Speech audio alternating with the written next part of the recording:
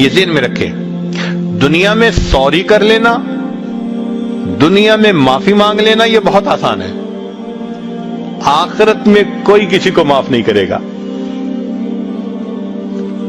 ہمارے ایک بزرگ تھے، ان کی بڑی اچھی عادت تھی، جب کسی سے ملتے تھے تو الوداع ہوتے ہوئے کہتے تھے بھئی آپ کے تو میرے اوپر بہت حقوق ہیں، میں کمزور ہوں، پورے نہیں کر سکا، آپ مجھے اللہ کے لیے معاف کر دیں۔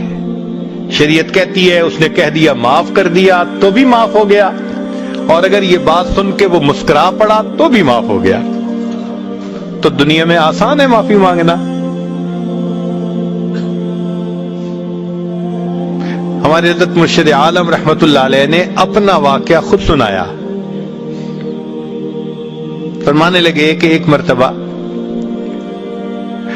گھر میں وضو کر رہا تھا اور مجھے میری بیوی اماں جی صاحبہ وہ وضو کروا رہی تھی۔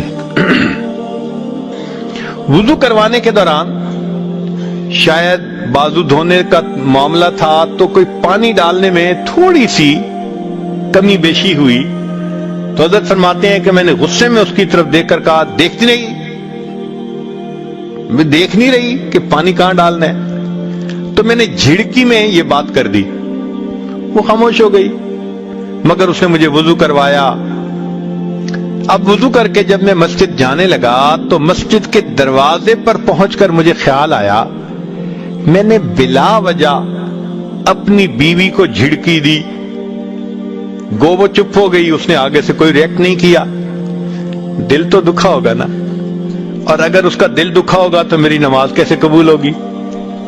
فرماتے ہیں میں نے ایک بچے کو بلایا اور بچے کو کہا کہ جاؤ مسجد میں جا کر بتاؤ کہ امامت میں کرواتا ہوں، میں آ رہا ہوں، میرا انتظار کر لیں چند منٹ، میں جماعت کرواؤں گا، تاکہ لوگ انتظار نہ کرتے رہیں۔ تو بچے کو وہاں بھیج دیا۔ حضرت فرماتے ہیں میں واپس گھر آ گیا، اہلیہ صاحبہ نے دیکھا تو بڑی حیران ہوئی، آپ نے نماز نہیں پڑھی، آپ پہلے آ گئے؟ تو میں نے ان کو کہا کہ ہاں بس میں نے جلد بازی میں آپ کو ڈانٹ دیا تو آپ مجھے معاف کر دیں۔ وہ مسکرا پڑی، نہیں کوئی ایسی بات نہیں تھی۔ میں نے ان کو مسکراتا دیکھا، اب مجھے تسلی ہو گئی کہ اس کا دل مجھ سے خوش ہوا، تب میں آیا اور مسجد میں آ کر امامت کروائی کہ اب اللہ میری نماز کو قبول فرمائیں گے۔